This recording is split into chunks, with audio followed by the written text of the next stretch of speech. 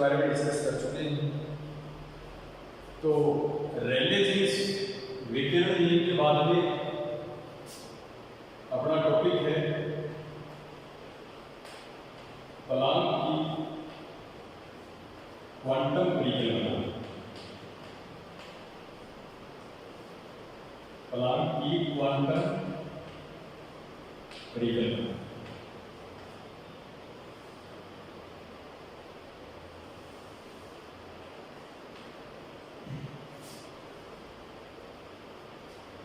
Planck quantum hypothesis.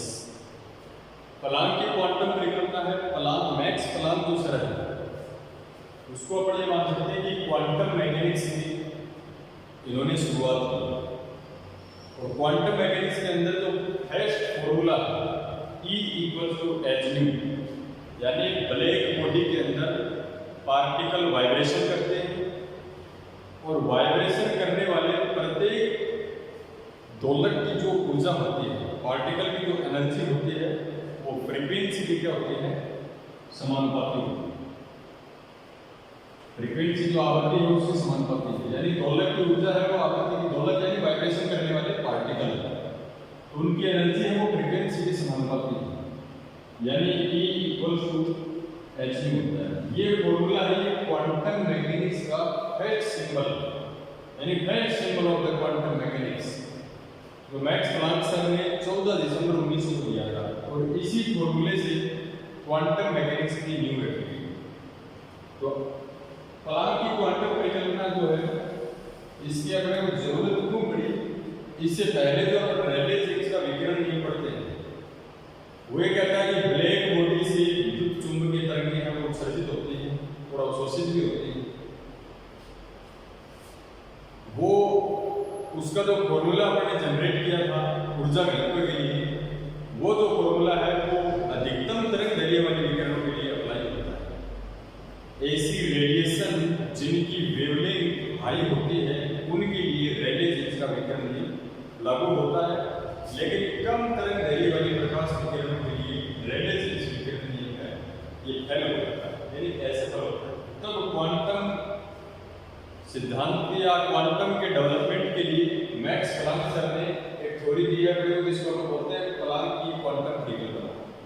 और इसमें Planck sir क्या कहते हैं, इतना आपने को ध्यान रखना है कि रेले जीन्स का विकिरण नियम दीर्घ तरंग दैर्ध्य वाले विकिरणों के लिए सत्य है, यानी ऐसी रेडिएशन जिनकी वेवलेंथ हाई है उनके लिए तो सत्य है, लेकिन कम तरंग दैर्ध्य वाले प्रकाश किरणों के लिए लागू नहीं होता।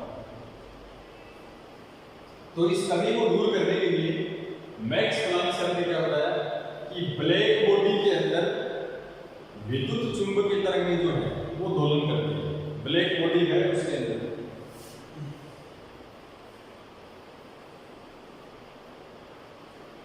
यानी अपन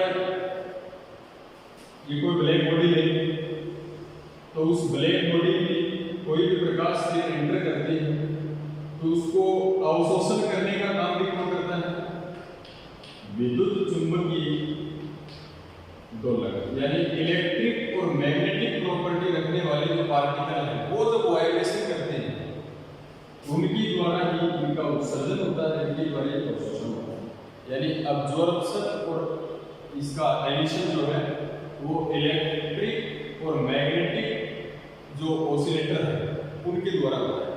आप ये मान लो कि ब्लैक बॉडी की दीवारों के अंदर पार्टिकल है, उन पार्टिकल्स के अंदर विद्युत और चुंबक के दोनों के गुण विद्यमान है, इसलिए उनको विद्युत चुंबक कहा जाता है, विद्युत चुंबकीय कण कहा जाता है।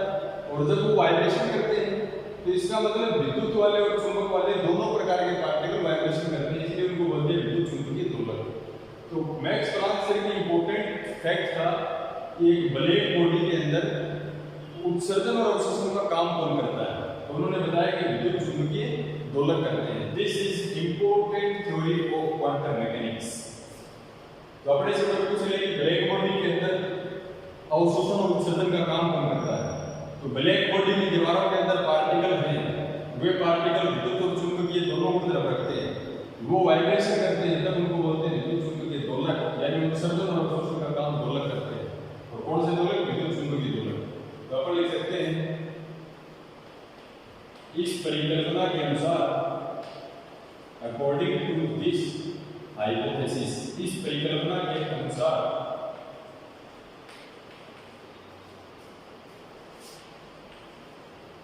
विकिरणों का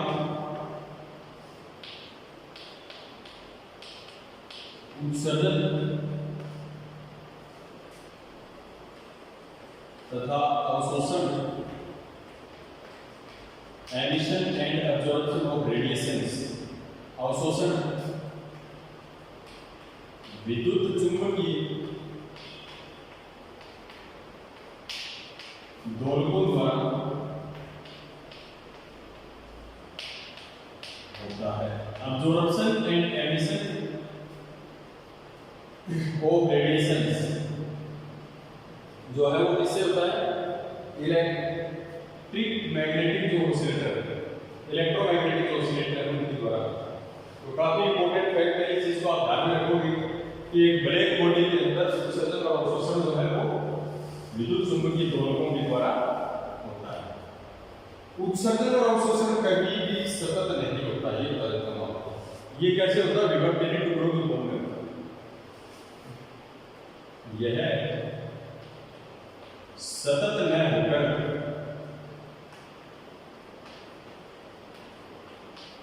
विभक्त होता है, स्प्लिट होता है, स्प्लिट होता है। तो अपने से पूछे कि कृष्णिका ब्लैक बॉडी के अंदर उत्सर्जन और अवशोषण सतत होता है, विभक्त होता है, तो वो होता है विभक्त।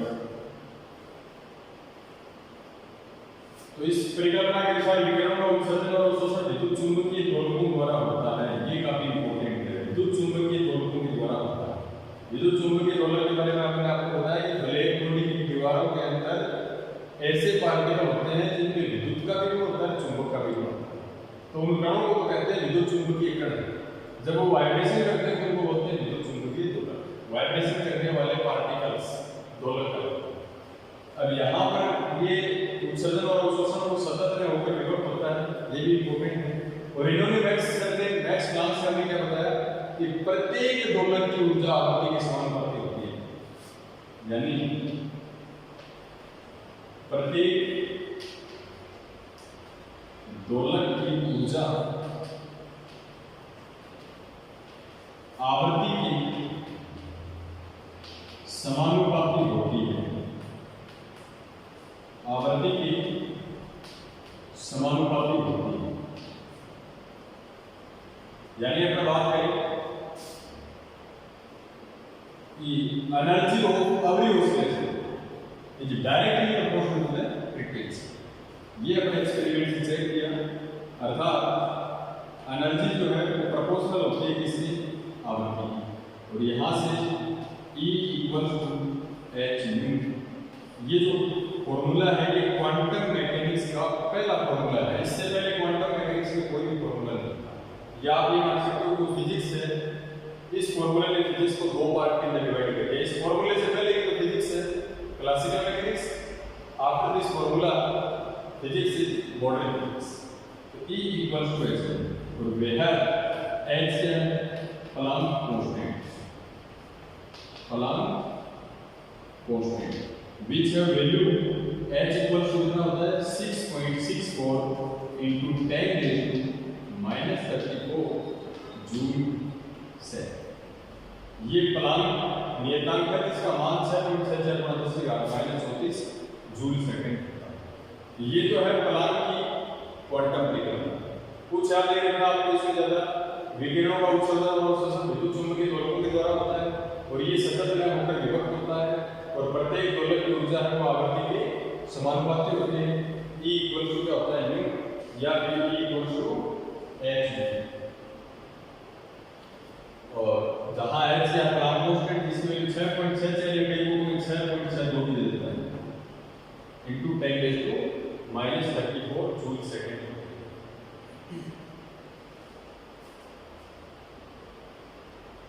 और इससे पहले अपन पढ़ चुके हैं प्लांक की क्वांटम परिकल्पना, जो प्लांक क्वांटम हाइपोथेसिस जो है, और उसके बारे में अपन पढ़ चुके हैं।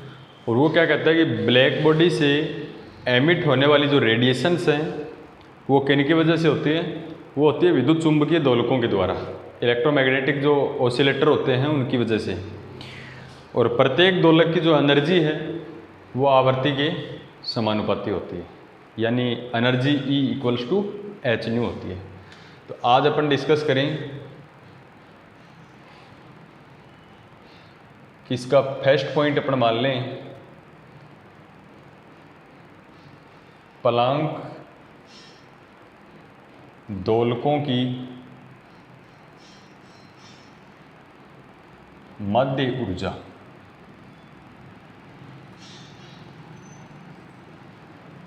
प्लांक दोलकों की मध्य ऊर्जा यानी average energy of Planck oscillator.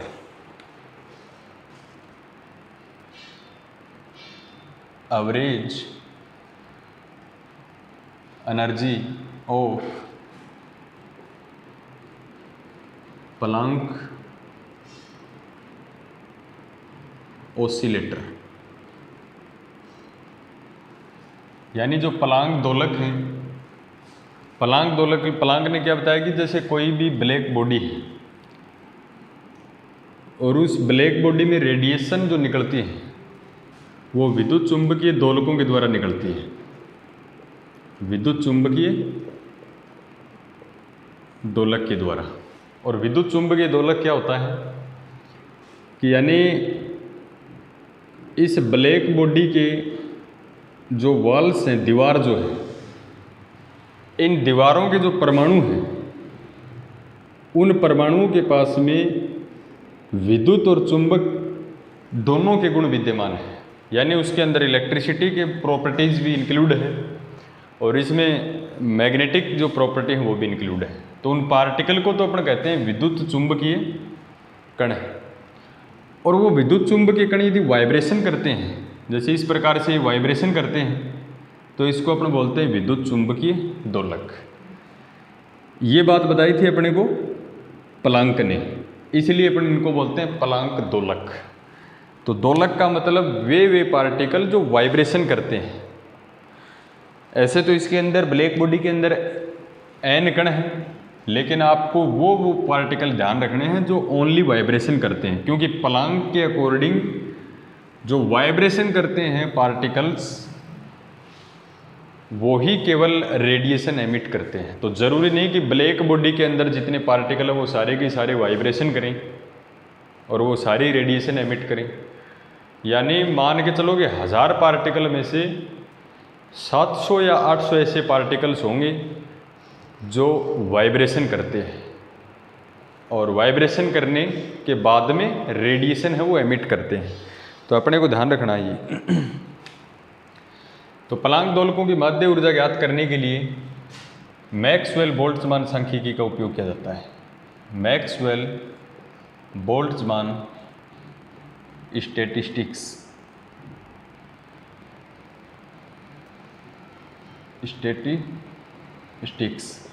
Maxwell Boltzmann सांख्यिकी से। तो मैक्सवेल बोल्ट्जमान सांख्यिकी है वो अपन ने छोटी क्लासेस में या थर्मोडायनेमिक्स के अंदर अपन ने पढ़ी है। और वो क्या होती है कि जो दोलक हैं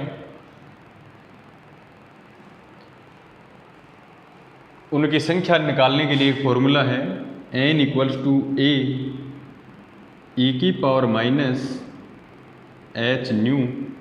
e⁻h⁴ ये जो फॉर्मूला है वो मैक्सवेल बोल्ट्जमान सांख्यिकी का फॉर्मूला है। और अपन यदि नंबर ऑफ पार्टिकल n हो, इफ n क्या हो, टोटल नंबर ऑफ पार्टिकल्स, यानी ब्लैक बॉडी की दीवारों, यानी ब्लैक बॉडी के पास total number of particles n है, तो एक पार्टिकल की एनर्जी h है, तो n पार्टिकल की एनर्जी क्या होगी, n होगी। तो ये फॉर्मूला जो है ये इस प्रकार से लिखा जाएगा फिर n = a ×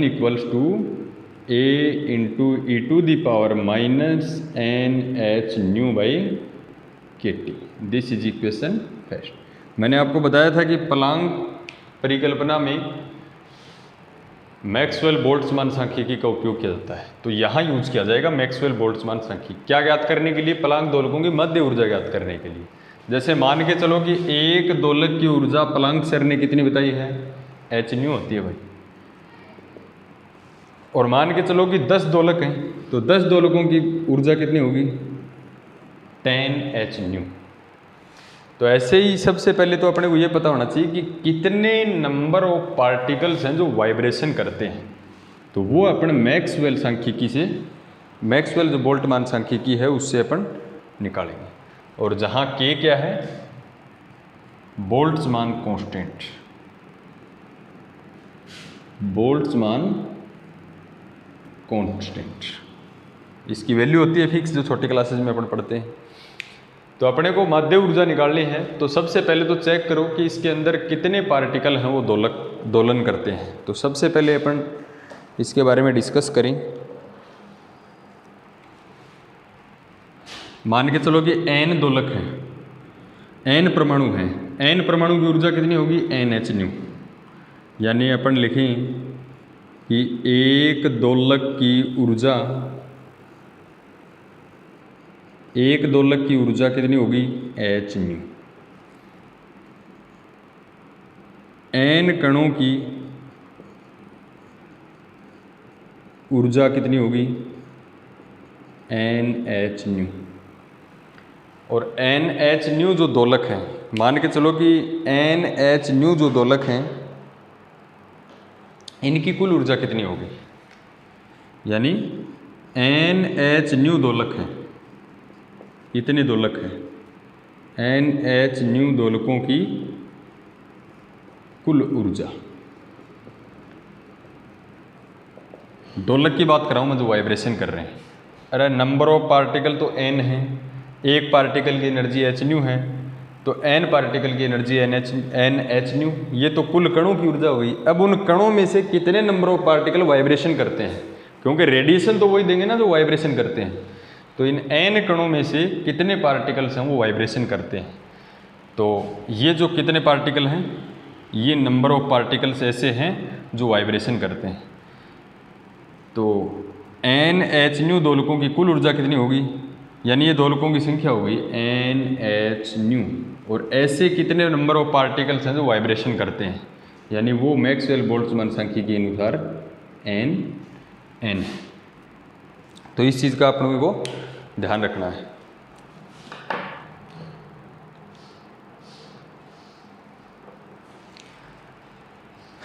अब ब्लैक बॉडी में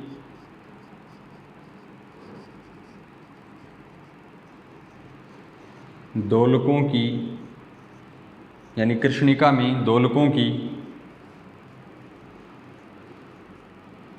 कुल जो ऊर्जा है उसको अपन शो कर दें किससे?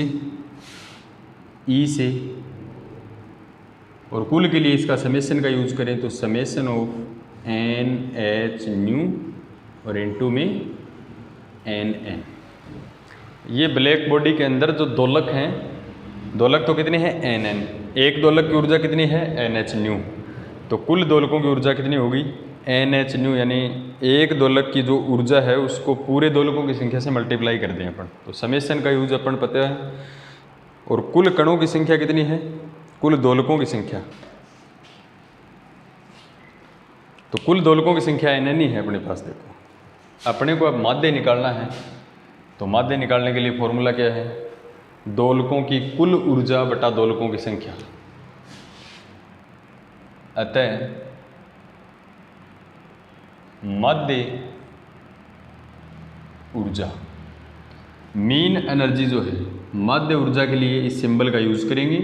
और माध्य ऊर्जा का फॉर्मूला क्या होगा? दोलकों की कुल ऊर्जा और बटा में दोलकों की संख्या, ऐसे निकलेगी। तो E एवरेज इक्वल्स टू दोलकों की कुल ऊर्जा कितनी है? कुल ऊर्जा अपने निकाली है summation of NH nu into NN और अपोन में दोलकों की संख्या, कुल संख्या की बात करें तो कुल के लिए अपन फिर समेशन का यूज करेंगे और दोलकों की कुल संख्या कितनी है N और स्मॉल n, ये फॉर्मूला है। अब अपन इसमें N की जो वैल्यू है वो अपन पुट कर सकते हैं इक्वेशन फर्स्ट से। तो बाय इक्वेशन फर्स्ट से NN की वैल्यू पुट कर सकते हैं अपन। तो इक्वेशन फर्स्ट से NN की वैल्यू पुट करें तो E average equals to summation of NH nu और NN की वैल्यू कितनी है into A minus NH nu by KT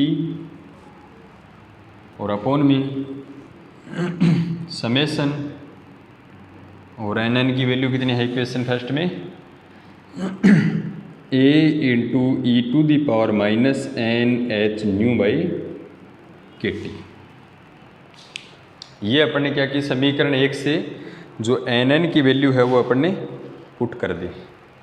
अब इसके अंदर H न्यू बाई KT है उसको x मान लें। अब फिजिक्स का रोल यहाँ इसमें कुछ भी नहीं है, अब मैथमेटिक कैलकुलेशन है तो अपन मान लें।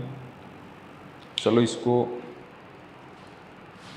इसको अपन मिटा देते हैं यहाँ से।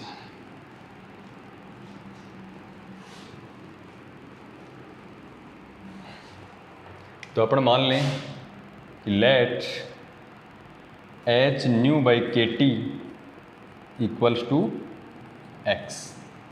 जहाँ भी इसमें H न्यू बाई KT है उसकी जगह x रख दें। तो E average equals to summation of NH nu into A minus N H nu by KT को क्या रख दें x upon summation of A into E minus N H nu by KT को क्या लिख दे x लिख दे। तो ऐसा अपन लिख सकते हैं क्योंकि जहाँ भी H न्यू बाई KT है उसकी जगह अपन ने क्या पुट किया इसमें x पुट किया है।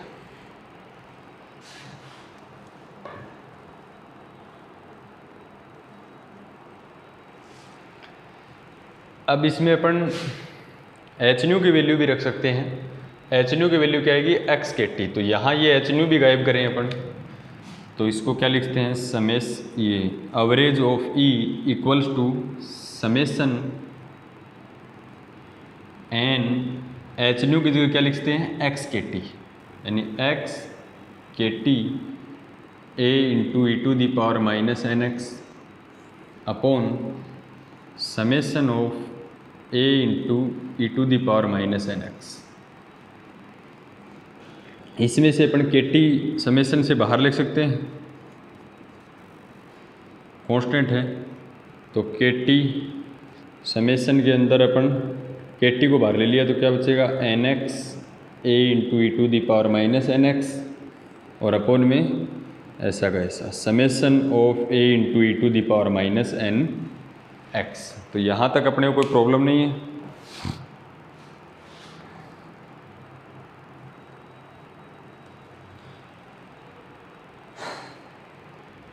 अब देखो इसको अपन डिफरेंशिएशन की फॉर्म में लिखेंगे।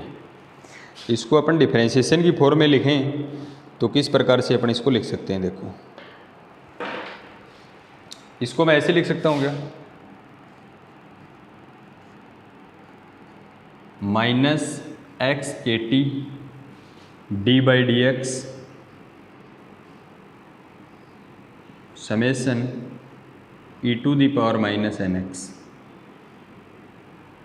सॉरी इसमें ए और रह गया अपने पास है ना d by D x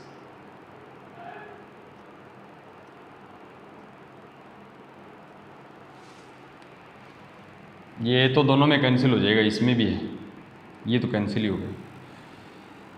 d by D X summation of E minus NX और अपॉन में summation of E minus NX। कुछ ऐसा लिख सकते हैं इसको अपन minus x KT D by D x summation of E to the power minus N x और अपॉन में summation of E to the power minus N. ये ऐसे तो कैंसिल हो गया।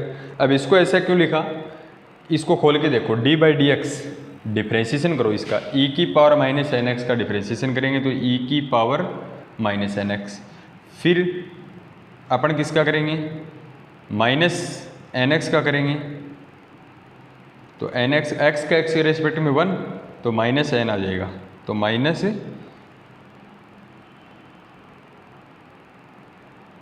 ये एन के टी है शायद ना, एक्स के टी,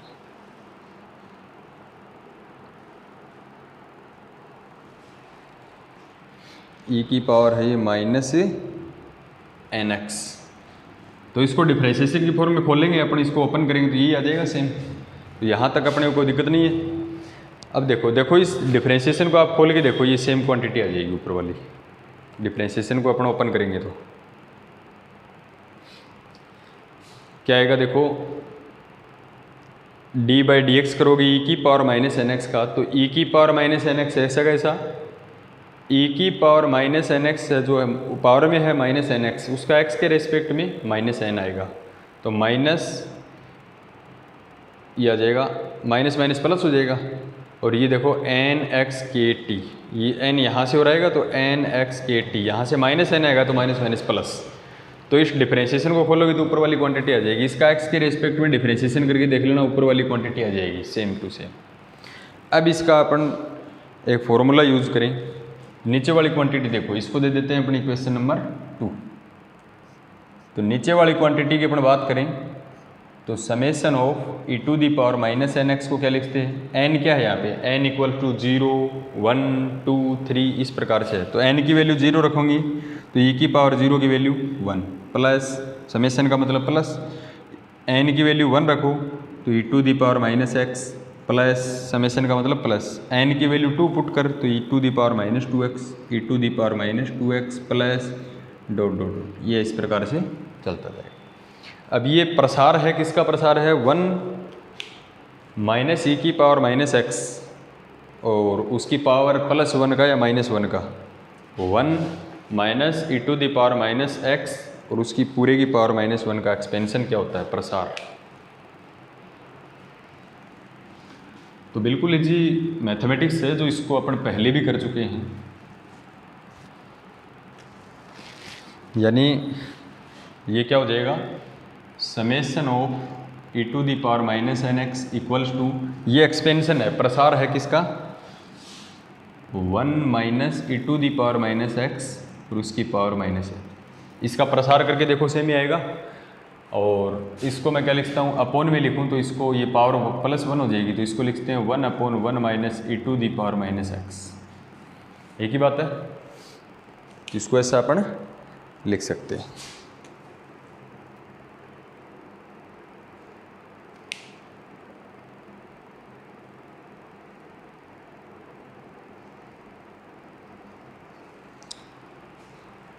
अब इसका अपन यूज लें,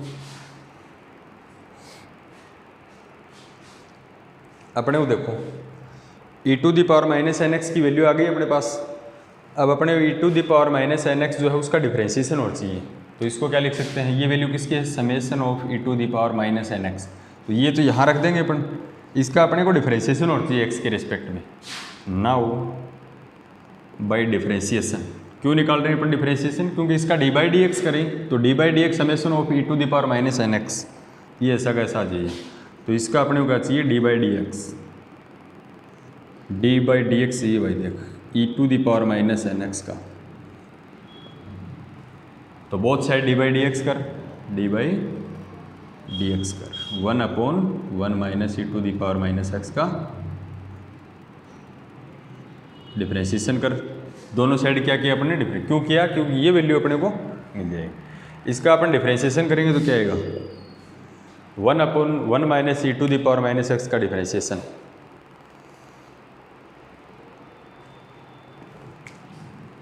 1 अपॉन एक्स मान लें इसको, तो 1 अपॉन एक्स का क्या होगा, माइनस 1 अपॉन एक्स स्क्वेयर यानी इसका square, 1 minus E to the power minus x का स्क्वेयर। फिर अंदर वाली जो क्वांटिटी है e to the power minus x का e to the power minus x, तो इनटू में e to the power minus x. कुछ ऐसा ही होगा शायद इसका, तो इसको x मान लेंगे ना, 1/x का क्या होगा -1/x स्क्वेयर, और फिर अंदर वाली quantity e to the power minus x है, e to the power minus x का e to the power.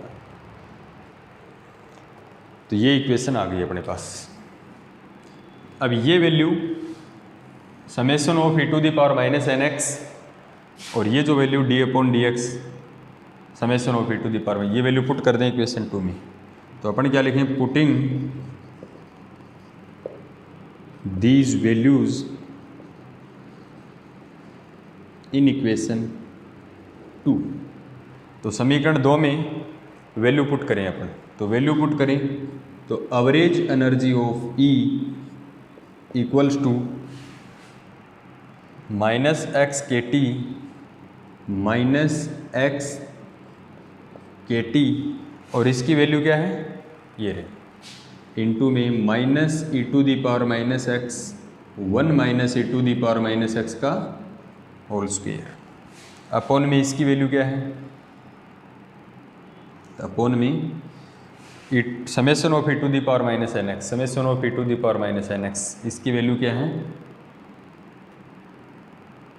1/1 - e to the power minus n है, तो 1 ये रखेंगे तो ये अपॉन वाला ऊपर चला जाएगा, तो ये मल्टीपल में आ जाएगी 1 - e to the power minus x. सही किया ना अपन ने, ये वैल्यू अपन ने यहाँ से पुट कर दी, तो क्या बचेगा,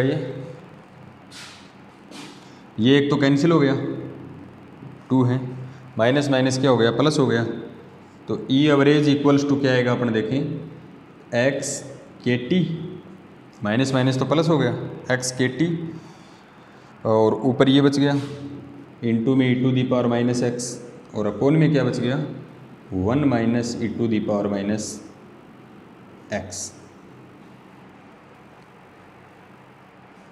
अब ये जो क्वांटिटी है e की पावर माइनस एक्स, इसको मैं ऐसे भी लिख सकता हूँ, ये ऐसा कैसा है x kT, और ये इसके डिवाइड में लग जाएगी, क्योंकि डिवाइड वाली क्वांटिटी फिर मल्टीपल में जाती है ऊपर, तो इसको ऐसे भी लिख सकता हूँ 1/e to the power minus x minus e to the power minus x upon e to the power minus, ऐसे भी लिख सकते हैं, ये की बात है, e की पावर माइनस एक्स को डिवाइड में लेके आए तो 1 होगा ये, तो इसके डिवाइड में लगेगी e to the power minus x, e to the power minus x, दोनों के लग जाएगी। थोड़ा लेंथी टॉपिक है लेकिन बिल्कुल इजी है, थोड़ा सा सीक्वेंस में अपन करें तो, अगर एक एक पॉइंट को भी अपन ने इधर उधर कर दिया तो कैलकुलेशन में गड़बड़ हो जाएगी। देखो स्टैटिस्टिकल जो है वो थर्मोडायनेमिक्स में अपने अच्छे तरीके से पढ़ी हुई है, तो कोई ज़्यादा प्रॉब्लम भी नहीं आएगी इसमें। तो E average equals to x kT upon 1/e की पावर माइनस एक्स, ये इससे ऊपर जाएगी तो e की पावर x प्लस की, और माइनस ये सेम है तो 1 आ जाएगा, e to the power x minus 1। ये आ गई एवरेज वैल्यू अपने पास। और इसकी माध्य ऊर्जा अपन निकालें तो यहाँ तक भी ठीक है, और इसको थोड़ा सा आगे करें तो x अपन ने क्या माना था, उस x की वैल्यू जो है वो अपन पुट कर सकते हैं। x किसको माना था अपन ने, माना गया है h nu by K T को क्या माना था भाई, x माना था। तो x इंटू के टी को क्या लिखते हैं, x इंटू के टी को क्या लिखते हो h न्यू, और x को क्या लिखते हो h nu by K T. तो प्लांक दोलकों की जो माध्य ऊर्जा होगी E average equal to x K T को क्या लिखेगा भाई, ये के टी साइड में जाएगा x के टी, तो क्या लिखेगा h न्यू, e की पावर x की वैल्यू रख h nu by K T minus 1। ये कहलाती है प्लांक दोलकों की माध्य ऊर्जा। यह है प्लांक दोलकों की माध्य